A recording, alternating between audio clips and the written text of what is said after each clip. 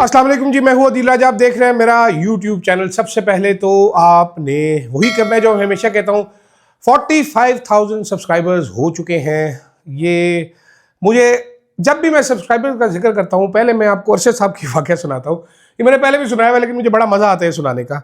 तो अरशद साहब का जब YouTube चैनल हमने बनाया था, तो अरशद साहब को नौकरी से निकाल दिया गया था। तो मैं अरशद को कह रहा था, मैं कहा YouTube YouTube YouTube YouTube YouTube. वो कोई बहुत ज़्यादा इंटरेस्टेड नहीं थे। वो कहते मुझे आता नहीं है करना, ये क्या करूँगा, कैसे करूँगा। मैंने कहा सर करते तो। मैंने कहा था मुझे किसने देखना है। मैंने कहा सर करें तो सही ना। तो अरशद साहब ने एक वीडियो बना के भेजी जी। वो वीडियो हमने चाड़ दी। अच्छा, वो जब पब्लिश की वीडियो, मैं खुद पब्लिश करने वाला मैं था। पब्लिश का बटन मैंने दबाया उस वीडियो पे। तो अरशद साहब ने कहा आपके ख्याल में कितने लोग देखेंगे। मैंने कहा सर 50,000 सब्सक्राइबर तो हो जाने चाहिए। तो अरशद साहब ने कहा नहीं यार, ज़्यादा से ज़्यादा 10-12 हज़ार सब्सक्राइबर्स आपके हो जाएंगे। उस टाइम पे सब्सक्राइबर थे आंडा, जीरो फंटूस। मैं था, शायद 1-2 थे, 3-4 चले आप ये कह लें, लेकिन जेन्युइन सब्सक्राइबर्स जीरो थे इस चैनल के, क्योंकि 2-3 दिन पहले ही बनाया गया था। नहीं बना पहले का हुआ था, एक्टिवेट तब किया था भाईजान। तो असी ये गुफ्तगू करके रात हो चुकी थी, मैं सो गया। सुबह जिस टाइम मेरी आंख खुली है, तो मोबाइल की बैटरी मेरी पूरी रात बज के नोटिफिकेशन आके वो 5% पे थी, लाल हुई भी थी। और 1,13,000 या 1,17,000 सब्सक्राइबर हो चुके थे। मैंने अरशद साहब को स्क्रीनशॉट लिया, मैंने अरशद साहब को भेजा। मैंने कहा हाँ जी। फिर अरशद साहब का जवाब आया था, मुझे अभी तक याद है। ये क्या हुआ, समझ ही नहीं आई। तो मैं जब भी जिक्र करता हूँ, मुझे अरशद साहब का ज़रूर याद आता है कि कोई बंदा जो ये भी ना कहे कि मुझे सब्सक्राइब करे। और धड़ाधड़ लोग इतने प्यार से, इतनी मोहब्बत से। आज अरशद साहब जिंदा होते तो 3 साल में मेरा ख्याल है पाकिस्तान का सबसे बड़ा यूट्यूब चैनल उनका होता है। जालिमों ने ज़िंदगी उनकी छोटी कर दी, लेकिन बंदा ख़त्म नहीं कर सकते। आज भी उसी से इतना डरते हैं। आज भी जाली जजों के सामने केस लगाए जा रहे हैं। खैर, बात करेंगे जनाब। आज 29 नवंबर है, आर्मी चीफ के रिटायरमेंट का दिन था, लेकिन क्योंकि उनको एक्सटेंशन दे दी गई थी, तो अब 5 साल का उनका नोटिफिकेशन मजीद होना है। वो नोटिफिकेशन नहीं हुआ। ये क्या चक्कर है, इस पर बात कर लेते हैं ज़रा। थोड़ी सी कुछ लॉजिक से आपको समझाते हैं कि वो क्या रहा है। दूसरा, एक इकोनॉमी के एक्सपर्ट है हमारे लेफ्टिनेंट जनरल सरफराज साहब हैं जी, जनाब सरफराज अहमद साहब। ये SIFC जो 2 साल पहले इदारा बनाया गया था, उसके जनाब वो कोऑर्डिनेटर है। इन्होंने धमाका किया है। ये कहानी उलझ रही है कि उलझाई जा रही है। मेरा सवाल ये है, फिर PTI के खिलाफ स्ट्रैटेजी क्या है, उस पर बात करेंगे। और कायदे इनकलाब की जाली कॉल पर जिक्र करेंगे। देखो वो बड़ा ज़रूरी है। जाली मैंने GM अली फलाम छोटी लिख दिया। मेरा अकल चेक करो, जो जाली लिखा हुआ मैंने। जनाब वाला नोटिफिकेशन हो जाना चाहिए, नोटिफिकेशन नहीं हुआ। पहले तो अहम हल्के बताते रहे कि जी कुछ रिटायरमेंट होनी है। चेक किया तो रिटायरमेंट तो कोई नहीं होनी। रिटायरमेंट अब 26 अक्टूबर 2026 में होनी है। रिटायरमेंट्स शफलिंग ज़रूर होनी है। तो क्या वजह है, अभी तक कुछ समझ नहीं आया कि नोटिफिकेशन क्यों नहीं हो रहा। शहबाज शरीफ साहब बरतानिया जाके बैठे हुए हैं। असूली तौर पे नोटिफिकेशन कल हो जाना चाहिए था, अभी तक नहीं हुआ। लॉजिक कोई नहीं है। कुछ लोग कह रहे हैं कि जी नून लीग खड़ी हो गई, गैरत आ गई। तो मैं ये ज़रूर कहना चाहता हूँ कि ऐसी कोई कहानी नहीं है। ये नोटिफिकेशन इनको करना पड़ेगा। सर पे जो टोकरा उठाया है वो एंड तोड़ पहुँचाना पड़ेगा। ये नोटिफिकेशन होगा। इस नोटिफिकेशन के बाद जो पोस्ट एक क्रिएट की गई है, वो पोस्ट है वो स्ट्रेटेजिक कमांड फोर्स के जो चीफ की है, 4 स्टार फोर्स। वहाँ पर एक अपॉइंटमेंट होगी पहली। जब तक फील्ड मार्शल साहब को CDF नहीं बनाया जाएगा, वो पोस्ट फिल नहीं हो सकती। तो पहले CDF के बाद फिर वो पोस्ट फिल होगी। उसके बाद दीगर दूसरी पोस्टें फिल होंगी। एक वाइस चीफ की या डिप्टी चीफ की पोस्ट है, उसके बाद वो फिल की जाएगी, ताकि सारी शफलिंग 2 4 स्टार्स की ज़रूरत है। 2 4 स्टार पोस्टें नीचे देनी है, तो वो दे के बाकी तमाम रास्ते खोले जाएंगे। तो अभी तक की मेरी इत्तला है कि नोटिफिकेशन तो होना ही है, लेकिन at this point there is no notification means कि ये सब काम रुका हुआ है, ये चल नहीं रहा है। लेकिन देखते हैं, इंतज़ार करते हैं। बहरहाल मैं सिर्फ ये टॉपिक इसलिए छेड़ा है कि नून लीग को गैरत मेहनत कोई नहीं आनी। दूसरी जानिब जनाब लेफ्टिनेंट जनरल सरफराज साहब को 2 साल पहले लगाया गया था SIFC का कोऑर्डिनेटर।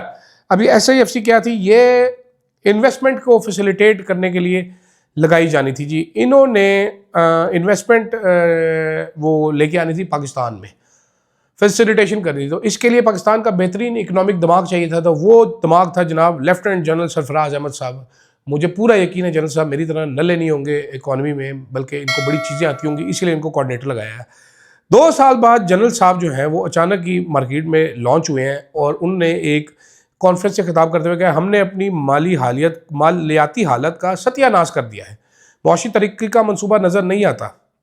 SIFC जो है जो कि एक सुप्रा कॉन्स्टिट्यूशनल बॉडी है, जो कि गैर आइनी है, वो पाकिस्तान के मॉडल पे तहफ़्फ़ुज़ात का इजहार करी है कि ये ठीक नहीं है। खुद आंडे का इनकी कारकर्दगी, ये 1 रुपया लेके नहीं आए मुल्क में। वो कह रहे जब तक मुकामी सरमायाकार आगे नहीं आएंगे उस वक्त तक गैर मुल्की सरमायाकारी मुश्किल होगी। सर तो ये किसने मुकामी सरमायाकारों को लेकर, यहाँ पर पाकिस्तान में कोई 1000 का नोट निकालता है, चीनों की तरह उस पर आप पड़ जाते हैं, ओ ये तेरे पास पैसे कहाँ से हैं। जो सबसे बड़ा सरमायाकार था मलिक रियाज, उसके साथ क्या किया जा रहा है वो सबके सामने है। दीगर जो सरमायाकार हैं उनके साथ क्या किया जा रहा है। पाकिस्तान के जो सरमायाकार हैं वो रेंट सीकर्स हैं। जब तक उनको आप दाना नहीं डालेंगे वो चुगने के लिए नहीं आएंगे। जब आप उनको दाना डालते हैं वो चुग लेते हैं, उसके बाद आप उनको पकड़ने की कोशिश करते हैं तो फिर वो पैसा बाहर लेके चले जाते हैं। जो बिजली घर वाले हैं, मुशर्रफ ने जब ये शुरू किया था किराए के बिजली घर, तो कैसे इनको फैसिलिटेट किया गया था। उसके बाद नून लीग ने इनको कैसे फैसिलिटेट किया, इनको डॉलरों में रिटर्न दिए जाते थे, गारंटीड रिटर्न्स दिए जाते थे। अब वो कैसे सर काम करें, आपसे पकड़े वो जाते नहीं, फिर आप ECL पे नाम डाल के बंदूकों के साए में नए कॉन्ट्रैक्ट करवाते हैं। ऐसे में कौन सरमायाकार आएगा। आप नए सरमायाकार की छोड़ें, जो पुराने सरमायाकार थे वो सारे उड़ारियाँ मारते हुए बाहर जा रहे हैं, बड़ी बड़ी कंपनियां बाहर जा चुकी हैं। आप इतने बड़े मुआशी एक्सपर्ट थे, आप पता नहीं क्या कर रहे थे। उन्होंने कहा जी सुपर टैक्स के खात्मे और टैक्स की मजमूई शरह में कमी के बगैर नई सरमायाकारी को राग़िब करना मुमकिन नहीं। ये तो मेरे जैसे फुदू आदमी को भी पता है जनरल साहब, यू आर द एक्सपर्ट। आपने इतने टैक्स लगवाए हैं, लदवाए हैं हम पे, खोतों की तरह बोझ डाला है हम पे, तो आपके पास कोई तरीका, उस टाइम तो सोच रहे होंगे ना सारे कि जो शबाजी बैठ के टैक्स कर ही जा रहा है, हमें ऐसे ऐसे फेंक रहे हैं कि ये टैक्स पढ़, आदिल राजा टैक्स पढ़, भी टैक्स पढ़। तो जनरल साहब where were you sleeping then. ये तो मतलब ये चीज़ तो मुझे भी पता है। देखिए एक्सपर्ट आप हैं, आप कोऑर्डिनेटर हैं SIFC की, मैं खुद पढ़ा, मैं तो 2 + 2 5 करता रहा हूँ पूरी ज़िंदगी, मुझे तो पता ही नहीं थी चीज़ें। उन्होंने एक और चीज़ बताया, पाकिस्तान में कमाई दौलत का बड़ा हिस्सा UAE, लंदन, न्यूयॉर्क मुंतकिल हो जाता है। क्यों होता है सर? यहाँ पर किसी का सरमाया महफूज नहीं है। यहाँ पर सर ये उस बंदे NCCIA वाले को पकड़ें जो कि हर एक के अकाउंट फ्रीज करता फिरता है। कभी काशिफ अब्बासी का अकाउंट फ्रीज होता है, कभी डकी भाई का अकाउंट फ्रीज होता है, कभी किसका अकाउंट फ्रीज होता है। शौकत खानम के, नमल के, चैरिटेबल ऑर्गेनाइजेशन के अकाउंट आप फ्रीज किए बैठे हैं। आपके ख्याल में ये आइसोलेशन में थोड़ी चलता है सर कि ये डब्बे डब्बे बने हुए हैं, इस डब्बे का फ्रीज करूंगा तो इस डब्बे को फर्क नहीं पड़ेगा। डर जाते हैं सारे। समीना पाशा का अकाउंट फ्रीज कर दिया आपने, siyaset.pk का अकाउंट आपने फ्रीज कर दिया, शाकिर रवान के अकाउंट आपने फ्रीज कर दिए। तो कोई किसी जगह पे जाके तो ये फ्रीजिंग फिर वो दूसरों को वैसे ही एक बैंक में अकाउंट पड़े हो, 2 फ्रीज हो, बाकियों को ठंड लगनी शुरू हुई थी, वो पैसे निकल जाते हैं वहां से। ये तो मेरे जैसे फुदू आदमी को भी पता है। फिर वही सवाल है मेरा, मैं बार बार करता हूँ, अच्छा तो नहीं लगता ना जी। तो वो फिर लोग पैसे ले जाते हैं। उन्होंने कहा जी बराह रास्त गैर मुल्की सरमायाकारी महज $1.2 अरब है। सर ये अब आप आर्मी चीफ फील्ड मार्शल के विजन के खिलाफ बात करें, उनका $100 बिलियन लेके आएंगे हम, साल बाद नहीं आई। जब तक मकामी कारोबारी तबका सरमायाकारी नहीं करेगा, गैर मुल्की सरमायाकार भी नहीं है। मुकामी तबका कहाँ से सरमायाकारी करे? वो जिंदा रहे, वो केसेस भुगते, वो पुलिस वालों को बता दे, वो डाकुओं को बता दे, वो TTP को बता दे कि वो सरमायाकारी करे। इधर तो सर इसीलिए कहते हैं लाकानूनियत जब फैलती है, जब आप खुद कानून का एहतराम नहीं करते तो बाकी भी नहीं करते, जब बाकी भी नहीं करते तो फिर ऐसे ही होता है। फिर जब कानून नहीं होता तो सरमायाकारी कैसे महफूज होगी किसी की? जब उनको बुला के सरमायाकारों को धमकियां लगाई जाएंगी कि तुम्हें तोड़ के रख देंगे, ये कॉन्ट्रैक्ट पहले, ये तरीका जो है ना, ये दुनिया ने सीखा है बड़े अरसे बाद सर, सदियों में सीखा है कि इस तरीके से बंदूकों से काम नहीं चलते। लेकिन बट आप, मुझे पता है आप नहीं एग्री करते होंगे, आप मेरी बात से 100% मुत्तफिक होंगे, बल्कि आप ही का विजन है, दुनिया ने आपके विजन से सीखा होगा। But the other people are not understanding this, they are still trying to do this. जोर जबरदस्ती से तो काम नहीं होता ना सर दुनिया में, क्या करें। तो सर 2 साल बाद ये जो आपने धमाका किया, मेरे को समझ नहीं आ रही कि हो क्या रहा है। उसके बाद फिर कल कुछ गौर साहब और गौर एजाज साहब और चंद और लोग भी आए, उन्होंने भी कहा जी ये तो शबाजी कुछ कर ही नहीं रहा और बर्बाद करके रख दिया। हालांकि शबाजी ने तो अपनी सियासत कुर्बान कर दी, अपने भरा को ज़िबा कर दिया, सब कुछ कर दिया, पार्टी को खुडे लाइन लगा दिया। तो ये कहानी उलझ रही है कि उलझाई जा रही है, ये सवाल मैं आप पे छोड़े जा रहा हूँ। दूसरी तरफ जनाब तहरीक इंसाफ क्या करे? तहरीक इंसाफ के लिए क्या कोई ट्रैप प्ले किया जा रहा है?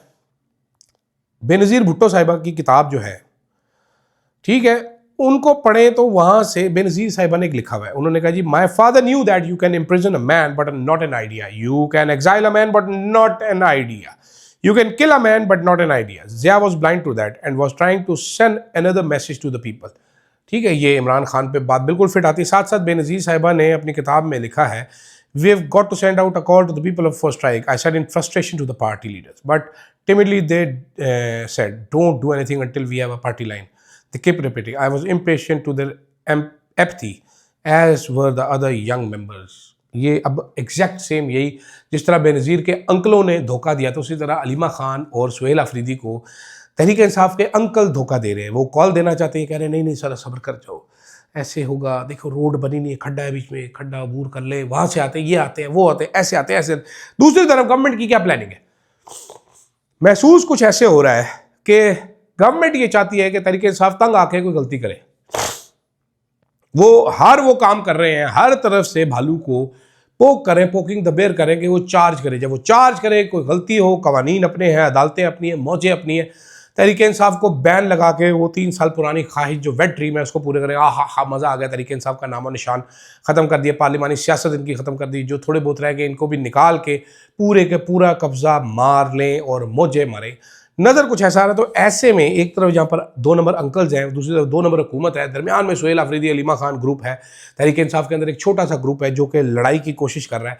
सुहेल अफरीदी कैसे अपना पैगाम क्रॉस करते हैं, कैसे पुश करते हैं बाउंड्रीज, कैसे फैलाते हैं अपने पर, ये देखना होगा। But they have to be very very smart and very very intelligent about it कि गवर्नमेंट को, इस ज़बरदस्ती की गवर्नमेंट को कोई ऐसा चांस ना मिले कि ये आप लोगों को बैन लगवाने की कोशिश करें। और आखिर में जाते जाते नायक फिल्म तो आपने देखी होगी, जिसमें अनिल कपूर साहब जो हैं वो एक दिन के सीएम बन जाते हैं, फिर वो लोगों को करते हैं, फिर लोग उनको कॉलिंग करते हो, कहते हैं हेलो कौन बनेगा करोड़पति, भी आपने देखा होगा, जिसमें फ़ोन करते हैं हेलो मैं अमिताभ बच्चन बात कर रहा हूँ, अरे अमित जी आए। तो उस दिन मरीम नवाज ने कायदे इनकलाब को, ताहयात कायदे इनकलाब को फ्रिज से निकाला और उनको लेके उसी तरह एक आ गई, वहाँ पर एक लाइव कैमरा उनके सामने लगा दिया गया। उन्होंने फ़ोन मिलाया, हाँ हेलो तुम्हारा प्लॉट निकला है, कैसा महसूस हो रहा है, हा अच्छा ये नवाज शरीफ साहब से बात करो। उन्होंने फ़ोन उठाया, नवाज शरीफ साहब ने, पहले तो जो आगे बीबी थी उसने अपने खावंद को फ़ोन पकड़ा दिया, उसने कहा हट नवाजू मैं तेरे से बात ही नहीं करती।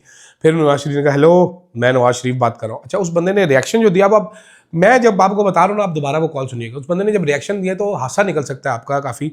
वो इतना ठंडा आदमी था, पत्थर का, ठीक है, उसको कोई फिक्र ही नहीं थी कि मेरे से इतना अजीम कायद बात कर रहा है, इस सदी का, बर सगीर पाक व हिंद सिंध का इतना बड़ा लीडर मेरे से अजीमुशान लीडर बात कर रहा है, जो जब चलता है तो धरती कांपती है, जब वो खांसता है तो बलगम गिर जाता है दूर दूर तक जाके, और जब वो ऐसे तिरछी निगाह करके देखता है तो ख्वातीन सहम जाती हैं।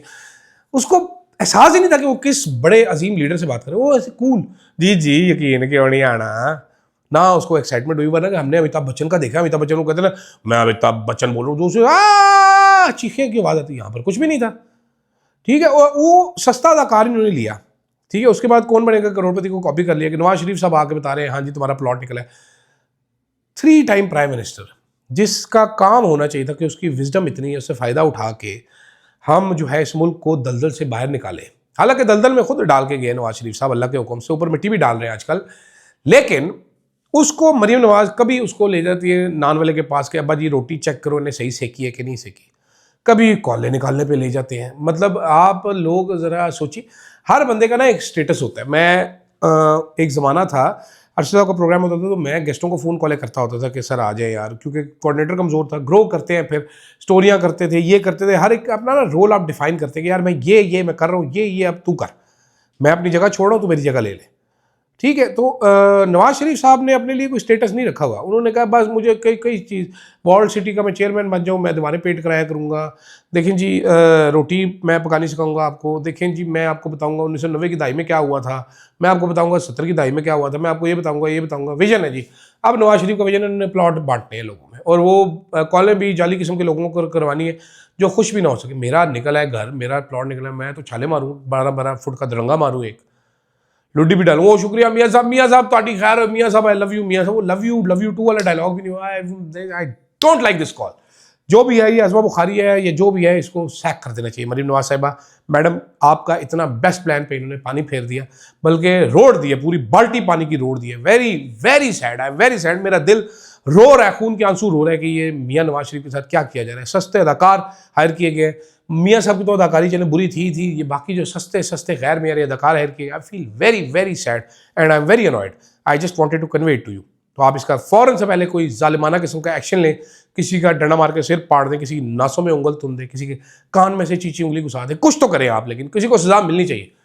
और इससे पहले कि मुझे सज़ा मिल जाए, फीडबैक ज़रूर देना है, सब्सक्राइब ज़रूर करना है। मुझे दीजिएगा इजाज़त, अल्लाह हाफ़िज़।